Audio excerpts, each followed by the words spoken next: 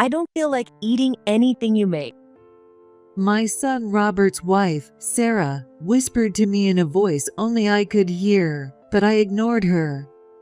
Today is my grandson James's birthday party, and we've invited relatives to celebrate in a big way. I wasn't going to let Sarah's opinion ruin the day. I didn't care about her and carried a platter with hot dogs on it. When Sarah saw it, she stood up and started shouting. What is that? You're really going to serve that? I don't want to eat such tacky, disgusting food. I've had enough. She grabbed the platter of hot dogs from my hands and slammed it down on the table. The relatives looked at her in shock.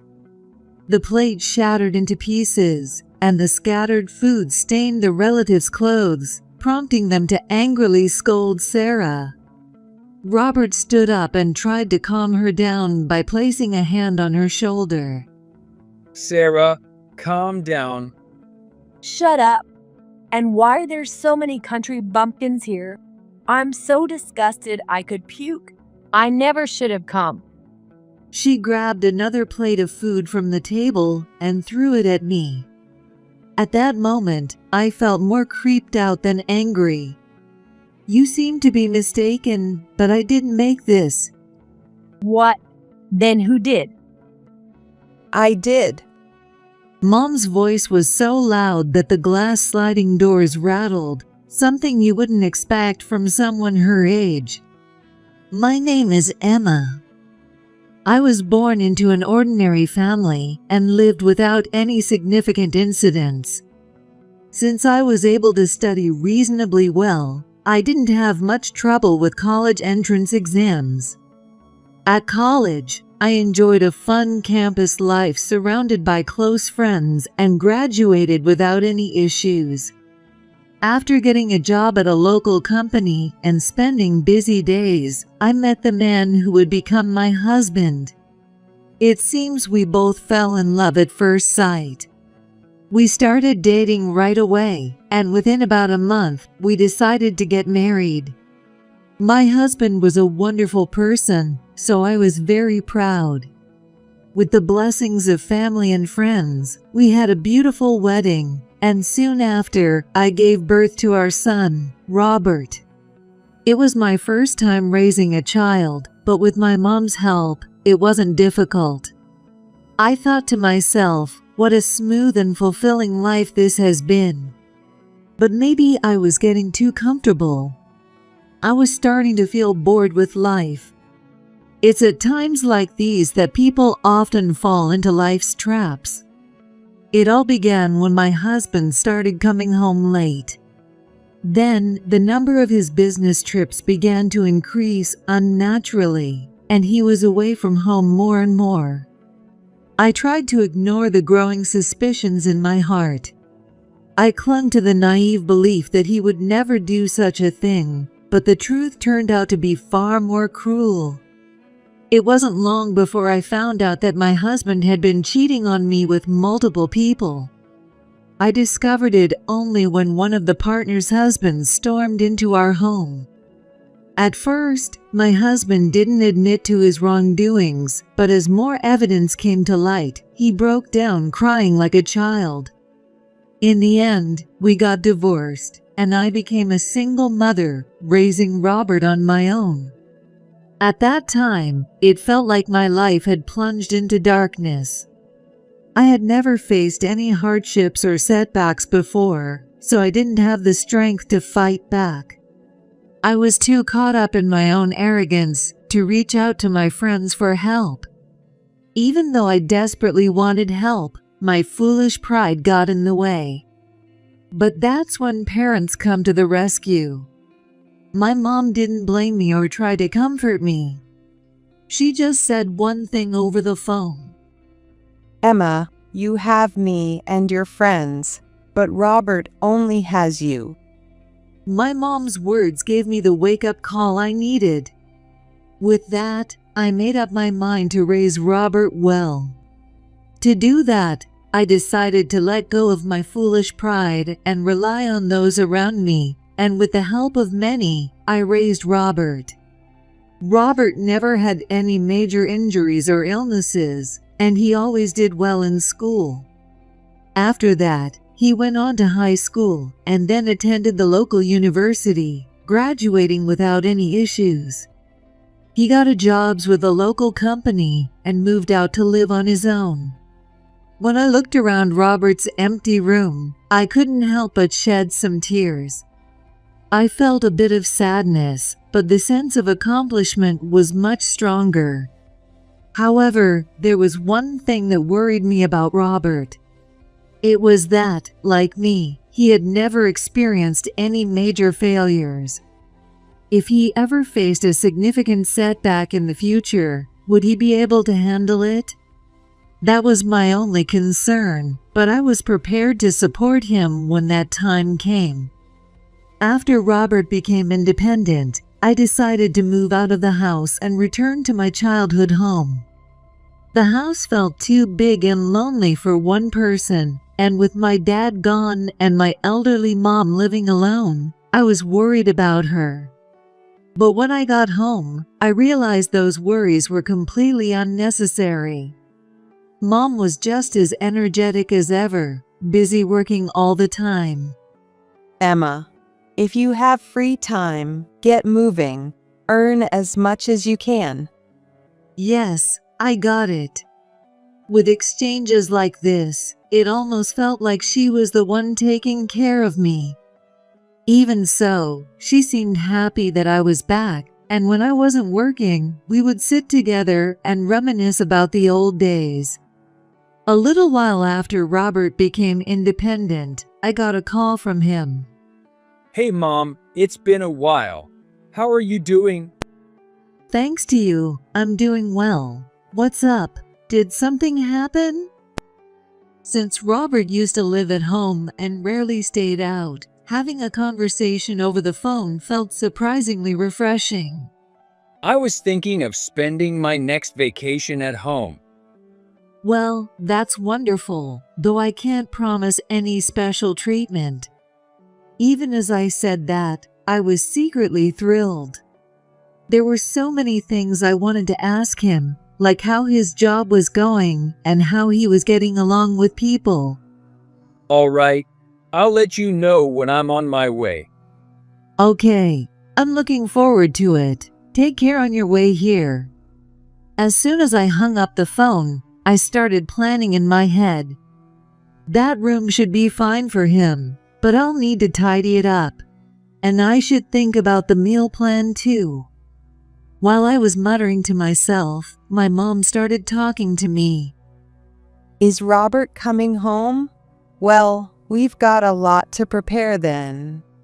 It seemed like my mom got excited as soon as she heard Robert would be visiting. Mom, Robert's my son, so I'll take care of the preparations. What are you talking about? Robert loves that dish I make. I'm definitely cooking it for him. At that point, there was no convincing her otherwise. We cleaned up the room so Robert could relax and went shopping for groceries. Having something to look forward to really is a good thing. It's funny how it lifts your spirits and makes everything around you seem to sparkle. Finally, the day arrived. I went to pick Robert up at the station, and we headed straight to our house. When I saw him again after so long, he looked much more mature, a fully grown man. At home, my mom was eagerly waiting for us. We were all so happy to be together again. The table was filled with dishes that my mom and I had prepared. As we ate, we talked about what we'd been up to, and time flew by. Just as our conversation started to wind down, my mom suddenly asked Robert, Robert, have you found someone special? Robert blushed slightly and looked down. The thought that he might have really found someone made my heart race with excitement. Robert, you're not seriously. Yeah, actually, I've started seeing someone recently. My mom and I couldn't contain our joy and burst into cheers. From that moment on, all we could talk about was his new relationship. Though a bit embarrassed, Robert answered all our questions. Apparently, she works at the same company, and they hit it off right away after meeting. Actually, the real reason I came back was to tell you about her. I'm thinking of getting married eventually. Really? Oh, I'm so happy. That's wonderful news. This has turned into a great vacation. My mom was tearing up with joy. I'll bring her on my next vacation. He said that with a shy smile, and in that moment, he looked so young, reminding me that no matter how grown up he is, he'll always be my son. That wonderful vacation passed, and then, 6 months later, winter arrived. Just as Robert had said, this time he brought his girlfriend home. Outside, the snow was falling heavily, turning everything into a white wonderland, completely different from before. My mom and I sat across from Robert and his girlfriend, both of us with serious expressions. Let me introduce you properly.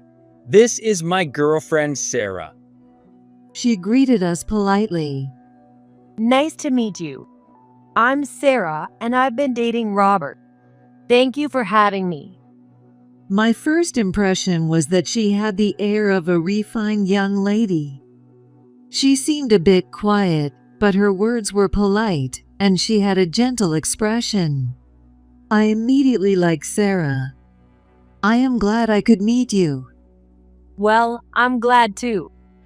At first, our conversation was a bit awkward. But as time passed, we all started to relax and enjoy the conversation. Seeing the two of them sitting together, I thought they made a perfect couple.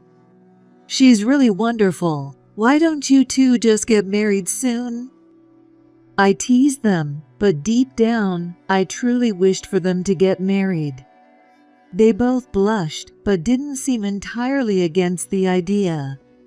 Well, if Mom's saying that, maybe we should just sign the marriage papers right now.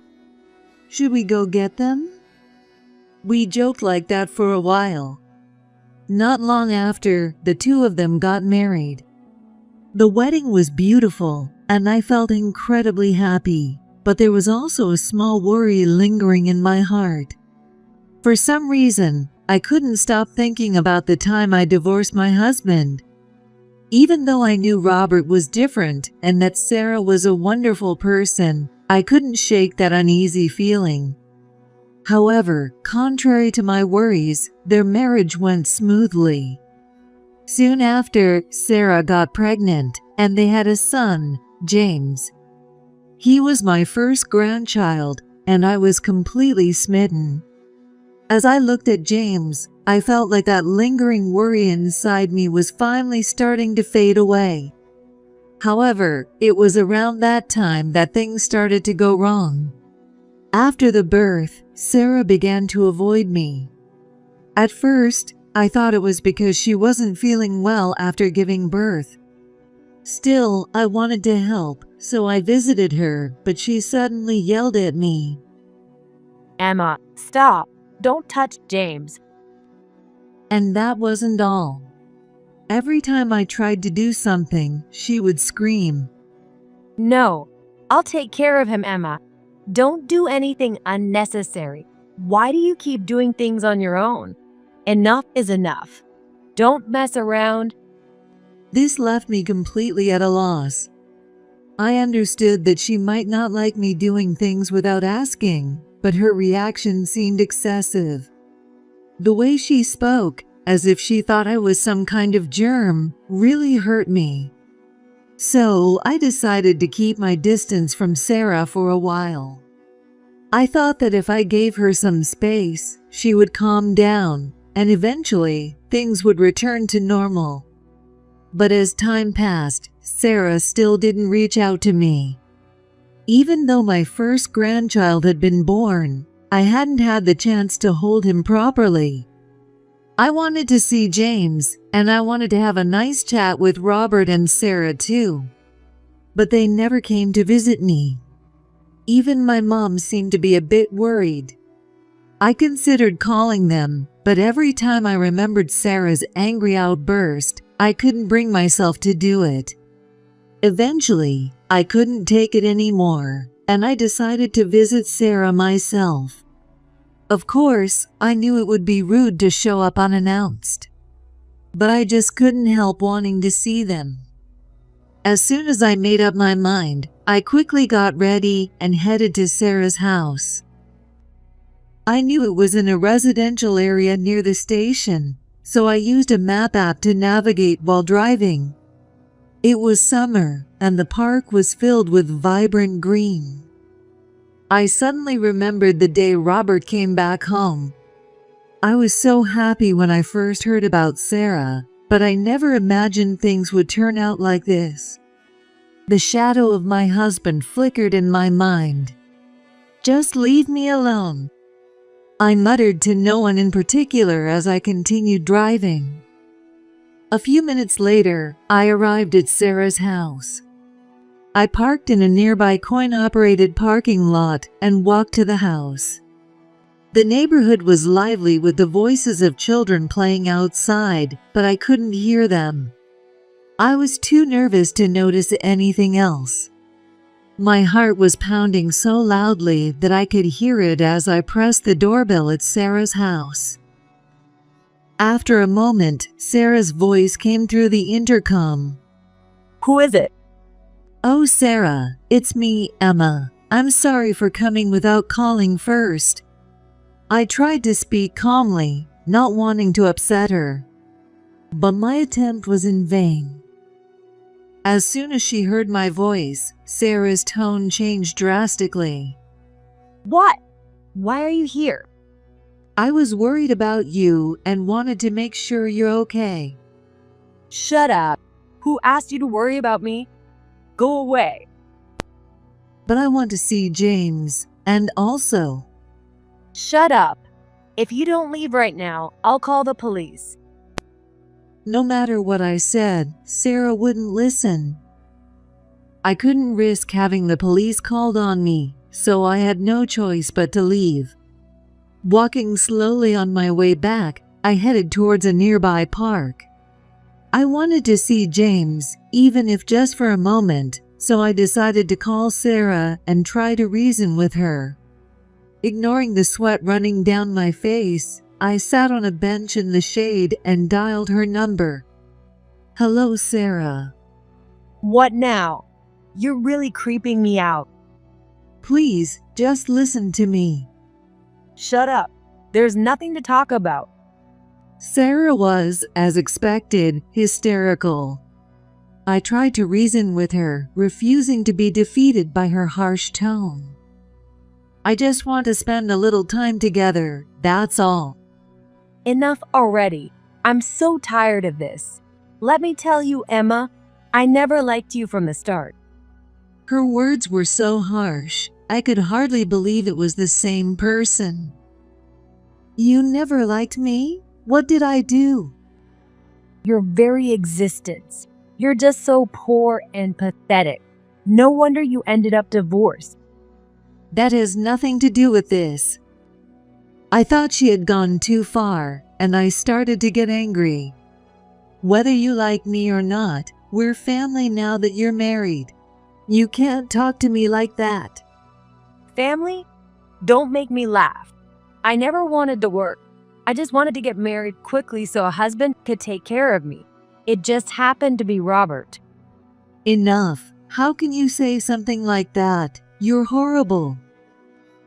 Shut up. Don't ever call me again.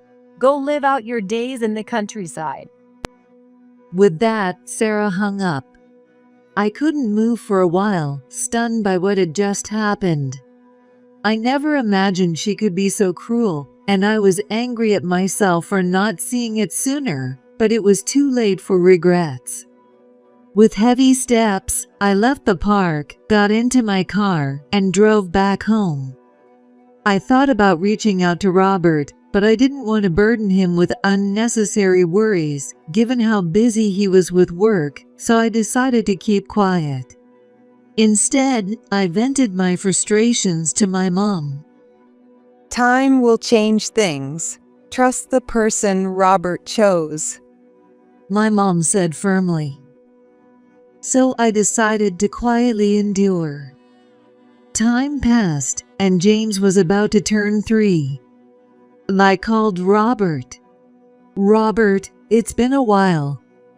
Oh, Mom, it has. Sorry, I've been so busy lately I haven't been able to call. It's okay, but I want to see James too, and isn't his birthday next month? I'd love to celebrate it at our home. James would love that.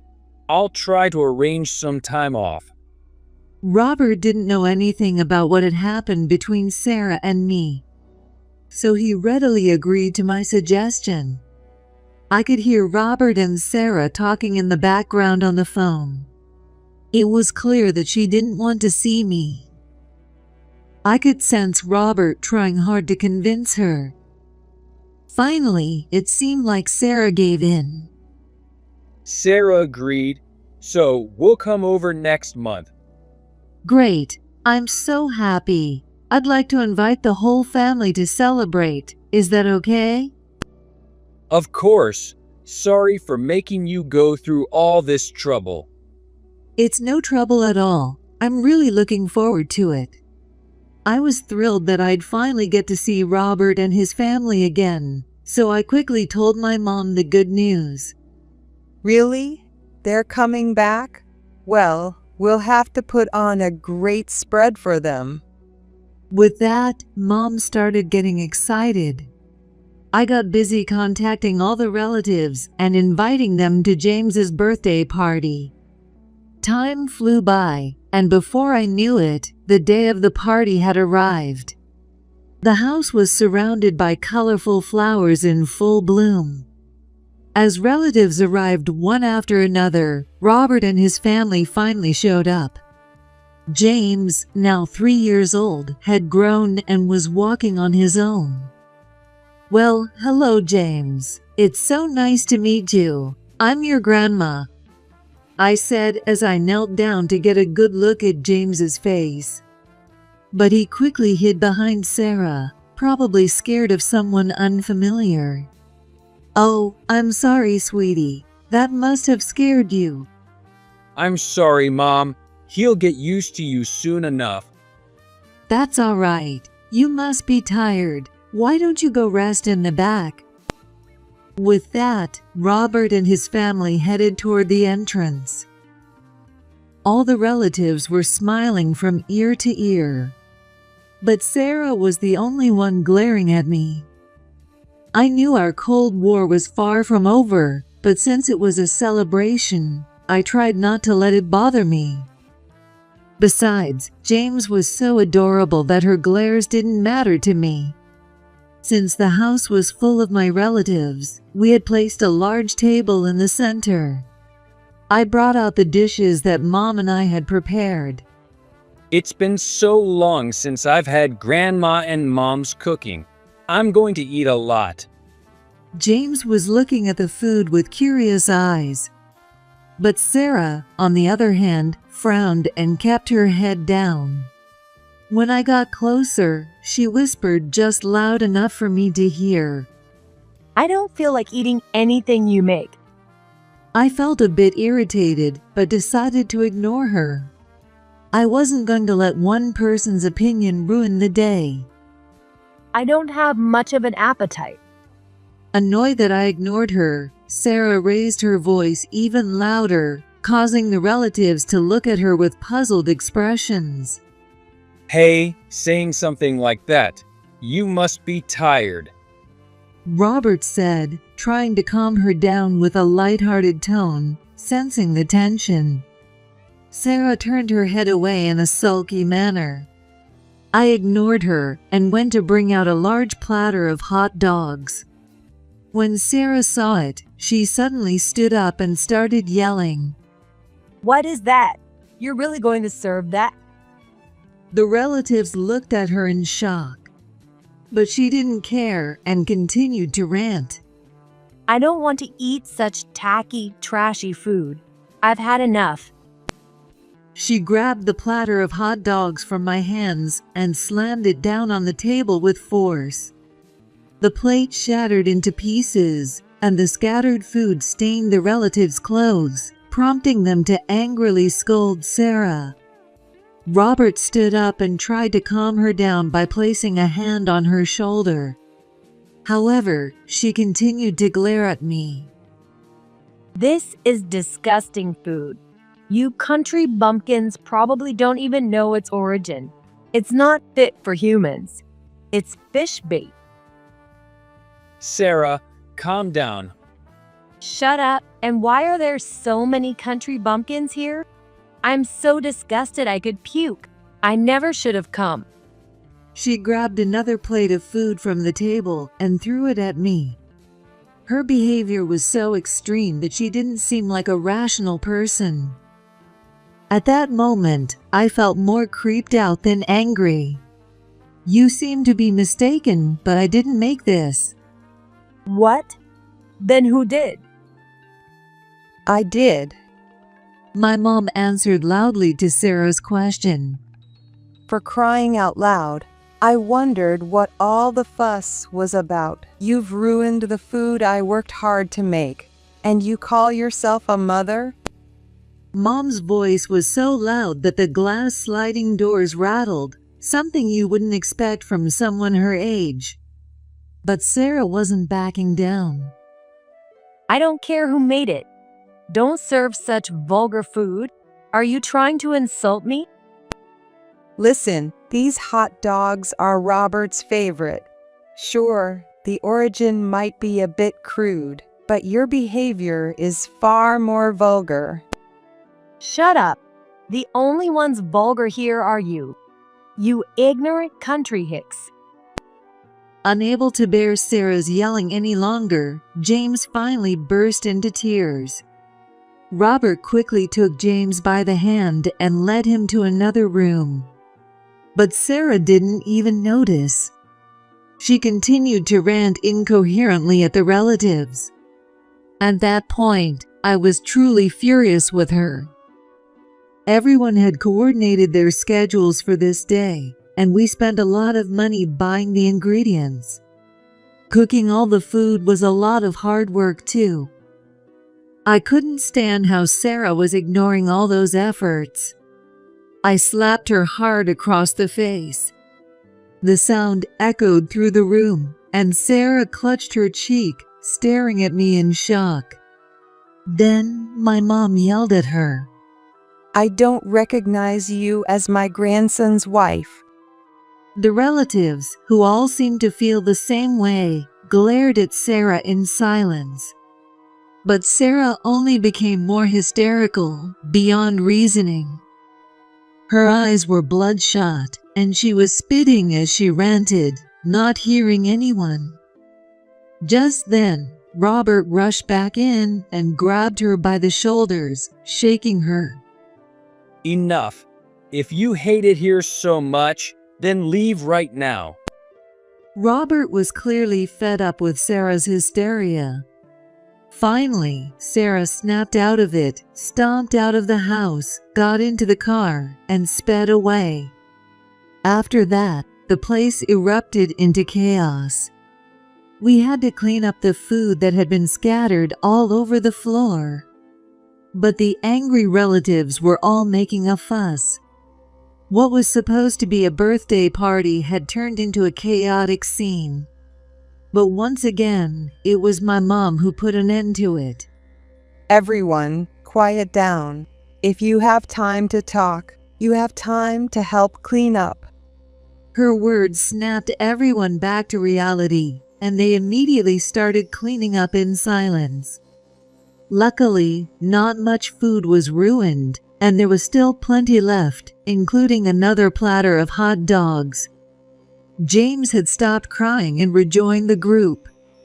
We were about to restart the birthday celebration, but first, I apologized to the relatives. Everyone, I'm truly sorry. You all came together for this, and it ended up like this. I apologize. Robert stood beside me and also apologized. Let me apologize too. I'm sorry for Sarah's rude behavior. But no one blamed us. Instead, they praised us for standing up for ourselves. I'm really grateful to all the relatives. With our apologies, the matter with Sarah was considered settled, and after that, we all enjoyed the food and shared stories together. James was happily eating the hot dogs, which made my mom very pleased. All the relatives adored James. Despite the challenges during the birthday party, it ended peacefully, and everyone began to leave. We saw off each relative one by one until it was just the four of us left in the house. There's still some cleaning up to do, right? I'll help. It's okay. Sarah's probably worried, so you should head home. At the mention of Sarah's name, Robert let out a big sigh. To be honest, I've been struggling with Sarah's behavior for a while now. I thought she was just exhausted from the childbirth, but she hasn't gotten any better. Robert watched James playing with my mom. He seemed to be deep in thought for a while, and then he finally spoke. After what happened today, I've made up my mind. I'm going to reevaluate my relationship with Sarah. I might even end up divorcing her. I wasn't particularly surprised. In fact, I thought it was the right decision. It can't be helped. I thought my life was going smoothly too, and I ended up getting divorced. These things happen in life. I felt a bit of sadness as memories of my past came flooding back. I couldn't help but wonder if Robert was headed for a divorce because I had gone through one myself. Yeah, I guess you're right. But I'm worried about James. Custody will probably go to Sarah. There's no use worrying about that. Whatever happens, happens. Robert and I exchanged a glance and then chuckled. For some reason, a baseless confidence that everything would work out filled my heart. Less than a month later, Robert and Sarah got divorced. I was worried about what would happen with custody, but Sarah easily gave it up. Having James would just get in the way of me remarrying, so I don't want him. She left Robert's house and disappeared somewhere. So we completely lost track of her after that. To support Robert with his busy work schedule, I decided to move in with him. Robert might remarry someday, but for now, I thought it was best for him to focus on his career. Since my mom is elderly, she stayed at the family home. However, I make sure to visit the family home several times a year. She looks forward to those visits and seems to be staying active and healthy. James missed Sarah for a while after she was gone. But he soon got used to having me around, and now he seems very happy. A lot has happened, but these days we're living a very happy life.